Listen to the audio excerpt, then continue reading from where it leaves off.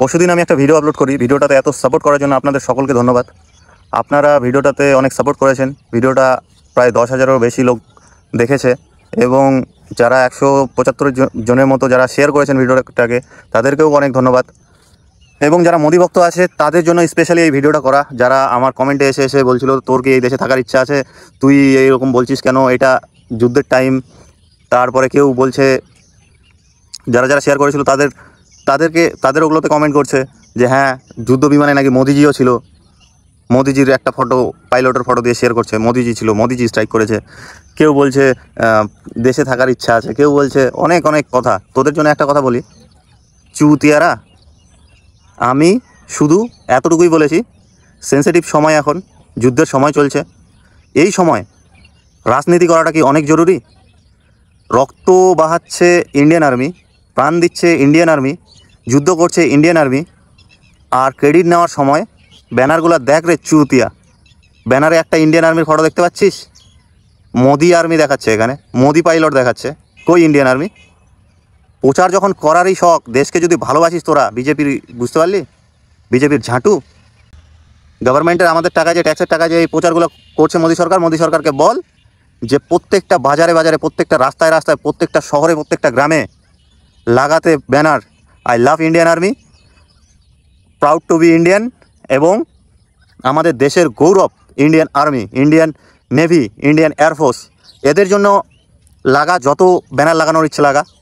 আমি নিজে গোটা দিন তোদের সঙ্গে ব্যানার লাগিয়ে বেড়াবো। কিন্তু চুতিয়ারা, মরছে কেউ আর ক্রেডিট নিচ্ছে কেউ, এগুলা না সহ্য হয় না, বুঝলি চুতিয়া। এর আগের সরকার, আমি এটাও বলেছি, কংগ্রেসের আমলে যারা পাকিস্তানকে হারিয়েছিল, পাকিস্তানের 93,000 সৈনিককে যে বন্দি বানিয়ে নিয়েছিল, পাকিস্তানকে কতবার কংগ্রেস হারিয়েছে, দুভাগে বিভক্ত করে দিয়েছে কংগ্রেস। তো পরমাণু বোম, ইন্দিরা গান্ধীর সময় 1974 পরমাণু শক্তিতে যখন ভারতবর্ষ পরমাণু বোম হাসিল করেছিল, পরমাণু বোম যখন পেয়েছিল, পরমাণু বোম যখন আবিষ্কার করেছিল, তখনও তো এতটা অ্যাডভার্টাইজমেন্ট করেনি রে মোদি, যখন এই ফ্রির একটা ভ্যাকসিন দিয়ে যে অ্যাডগুলো করে বেড়াচ্ছে। কংগ্রেস এই দেশে যখন পোলিও রোগে আক্রান্ত হয়ে যেত, লোকের হাত সরু, পা সরু হয়ে যেত, ওই ভাইরাসটাকে একদম নির্মূল করে দিয়েছে, পোলিও মুক্ত ভারত বানিয়েছে। ও কটা অ্যাডভার্টাইজ করেছিল, অ্যাড দিয়েছিল, সেটাই বলেছি আমি ভিডিওতে। এত ঝাল লাগছে তোদের কেন? আমি ইন্ডিয়ান আর্মির সাপোর্টে আছি, আমি ইন্ডিয়ান আর্মিকে দেখতে চাই ওই ব্যানারগুলোতে।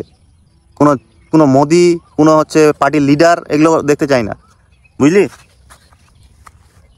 আর নেক্সট টাইম যদি তোরা ইন্ডিয়ান আর্মিকে ইনসাল্ট করিস, ঠিক আছে, মোদিকে উপরে করে ইন্ডিয়ান আর্মিকে যদি নিচু দেখাবার চেষ্টা করিস, আর তোর বাড়ি যদি লোকালে হলো, ঠিক আছে, তোর উপর যতটা আইনি পদক্ষেপ নেওয়ার আমি নিজে নেব, বুঝলি। তোদের মতো তো চুতিয়া না আমি যে বলবো মার দেঙ্গে কার দেঙ্গে, এরকম করবো না। আইনি পদক্ষেপ যতটা নেওয়ার তোদের এগেনস্টে নেব। প্রত্যেকটা বিজেপির গ্রুপগুলোতে কেন রে ইন্ডিয়ান আর্মির একটা পোস্ট করছিস, মোদির 10টা। ভারতকে বাঁচানোর জন্য ধন্যবাদ, মোদিকে ধন্যবাদ দিচ্ছিস। আপনার হাতে সুরক্ষিত ভারত, হ্যাঁ, মোদির জন্য সুরক্ষিত ভারত। আর যে ইন্ডিয়ান আর্মি, ইন্ডিয়ান নেভি যারা হচ্ছে 6 মাস 7 মাসে বাড়িতে আসে না, সমুদ্রে থেকে যাচ্ছে ইন্ডিয়ান নেভি, ইন্ডিয়ান আর্মি যারা এই হচ্ছে -40 ডিগ্রি এই টেম্পারেচারে থাকছে, হচ্ছে হিমালয় পাহাড়ে, যারা মরুভূমিতে থাকছে 55 ডিগ্রি সেলসিয়াসে মরুভূমির মধ্যে, সেই ইন্ডিয়ান আর্মি, সেই বিএসএফ জওয়ান, যে আমাদের দেশের সৈনিক, তাদের সম্বন্ধে আমি কোনো কম্প্রোমাইজ, কোনো কথা শুনবো না, বুঝলি। তারা সবার থেকে উপরে, দেশকে প্রোটেক্ট করার দিক থেকে, দেশের জন্য লড়ার দিক থেকে ইন্ডিয়ান আর্মি, আমাদের ইন্ডিয়ান যেগুলো ফোর্স আছে, তারা সবার উপরে। তারপরে যতগুলো ঝাঁটু নেতা আছে তারা সবাই পরে, ঠিক আছে। কথাটা মনে যাতে থাকে।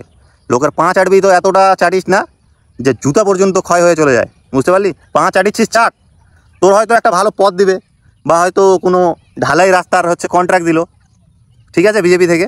কিন্তু দেশটাই যদি না থাকে তো কি ছিড়বি তুই রে? আগে দেশ, তারপরে এগুলো নেতার চাট, বুঝলি।